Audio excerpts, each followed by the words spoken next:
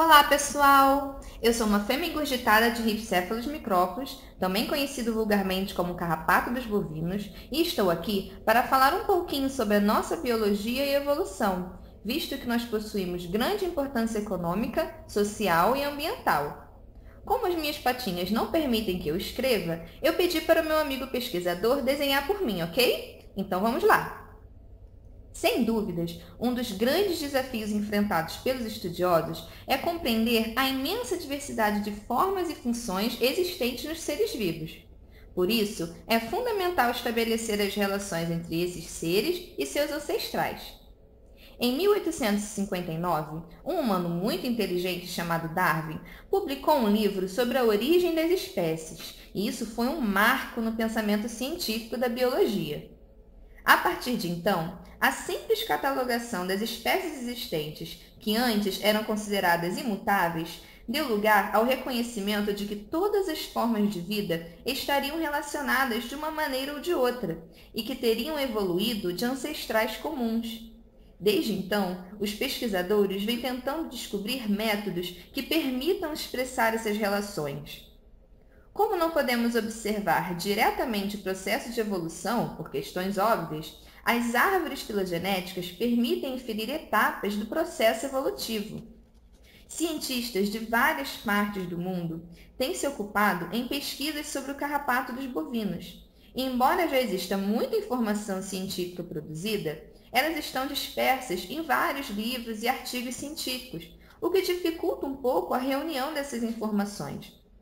Então, vamos tentar resumir as informações mais importantes nesse vídeo, ok? Bom, então vamos lá. Estima-se que o surgimento de nós, carrapatos, de uma maneira geral, se deu durante o início do período Triássico, há cerca de 240 milhões de anos. Os nossos fósseis mais antigos datam de aproximadamente 90 a 94 milhões de anos, no período Cretáceo. Não existe um consenso sobre quais foram os nossos primeiros hospedeiros, se foram répteis, anfíbios ou mesmo aves. Ainda existem muitas dúvidas sobre a nossa evolução, apesar de toda a tecnologia empregada nos últimos 20 anos na tentativa de estabelecer as relações com os nossos possíveis ancestrais. São conhecidas três famílias dos carrapatos: Argásidae, os carrapatos moles; Ixodidae, carrapatos duros, da qual faço parte; e Nutalieleidae. Os meus parentes argasídeos seriam mais antigos do ponto de vista evolutivo que nós, ixodídeos, por utilizarem vários hospedeiros. Da mesma forma que nós, carrapatos duros, por possuirmos uma cutícula mais firme, isso seria uma evidência de que somos mais evoluídos. Dentro da minha família Ixodidae, o mesmo raciocínio também se aplica. As espécies que utilizam 3 hospedeiros para completar o ciclo biológico seriam mais antigas que aquelas que utilizam um único hospedeiro, como é o meu caso. Com relação a nós, exemplares de Rhipicephalus micrópolis, somos originários do continente asiático, mais especificamente da Índia e da ilha de Java. A importação de animais infestados causou a nossa disseminação por vários países tropicais e subtropicais. Atualmente, na região neotropical, nós estamos distribuídos em uma vasta região que abrange do norte da Argentina ao México, incluindo as ilhas do Caribe e Antilhas.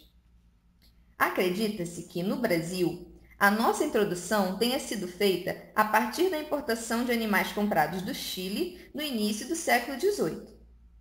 As espécies que possuem distribuição mais ampla tendem a apresentar variações de forma e função mais acentuadas. Essas variações são resultantes de adaptações às condições abióticas e bióticas encontradas ao longo de nossas áreas de ocorrência. Algumas evidências biológicas e genéticas sugerem que nós possuímos uma especiação alopátrica, ou seja, aquela que formamos uma nova espécie por ficarmos tanto tempo separados por uma barreira física. E isso acabou resultando no surgimento de grupos australianos, indonésios e caledônios, que resultou em uma espécie diferente, apesar de termos algumas semelhanças morfológicas ou fisiológicas.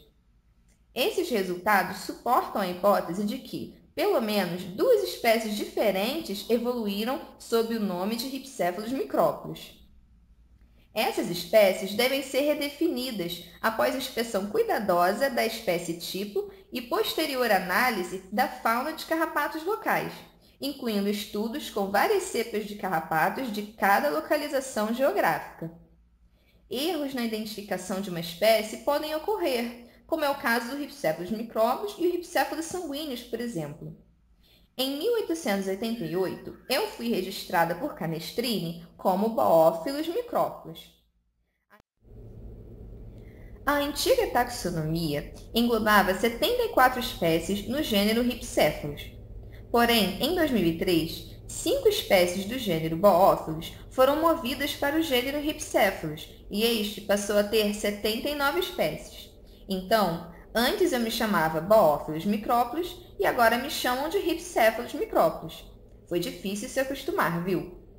Bom, vamos falar um pouquinho agora sobre a minha biologia? Primeiramente, eu não sou um inseto, tá, gente? Eu sou um ácaro. Nós da ordem Ácare apresentamos similaridades, porém, caracteres morfológicos presentes em nós carrapatos e ausentes nos outros ácaros são suficientes para nos distinguir. Por exemplo, a presença de postômio denticulado e de uma estrutura quimioreceptora no primeiro par de pernas denominada órgão de Haller. Nós carrapatos possuímos especificidade variável pelos hospedeiros. Algumas espécies de carrapatos selecionam grupos mais específicos de hospedeiros, enquanto outras são menos específicas, parasitando uma grande variedade deles. Em geral, os estágios maduros das espécies que realizam ciclos em 2 ou mais hospedeiros alimentam-se animais de pequeno porte, como roedores, enquanto os adultos preferem animais de médio e grande porte.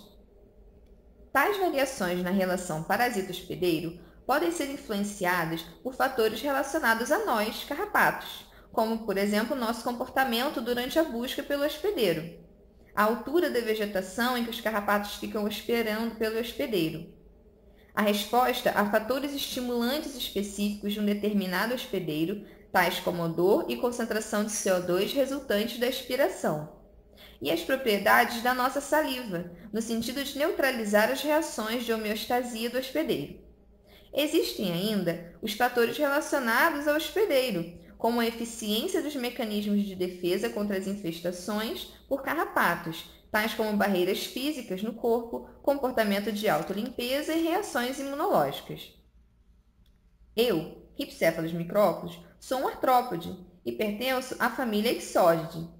A presença de uma projeção caudal no macho e espinhos da coxão bem desenvolvidos nas fêmeas são caracteres diferenciais presentes em nós. Além disso, nós possuímos um capítulo curto, palpos ligeiramente mais curtos que o hipostômio, ausência de festões, placas espiraculares ovais e similares em ambos os sexos e, nos machos, há 4 placas adenais bem desenvolvidas. Sou um parasita de um único hospedeiro e, por isso, sou chamado de homoxeno. O meu ciclo evolutivo é dividido em 2 fases. Uma fase parasitária e outra fase de vida livre, ou seja, fora do corpo do meu hospedeiro. A fase de vida livre ocorre no solo e se inicia quando eu, a fêmea ingurgitada, me desprendo do meu hospedeiro e caio no solo, começando então o período de pré-postura, que dura em média de 2 a 3 dias. Posteriormente, eu entrarei na fase de ovopostura, que pode variar de 17 a mais de 90 dias.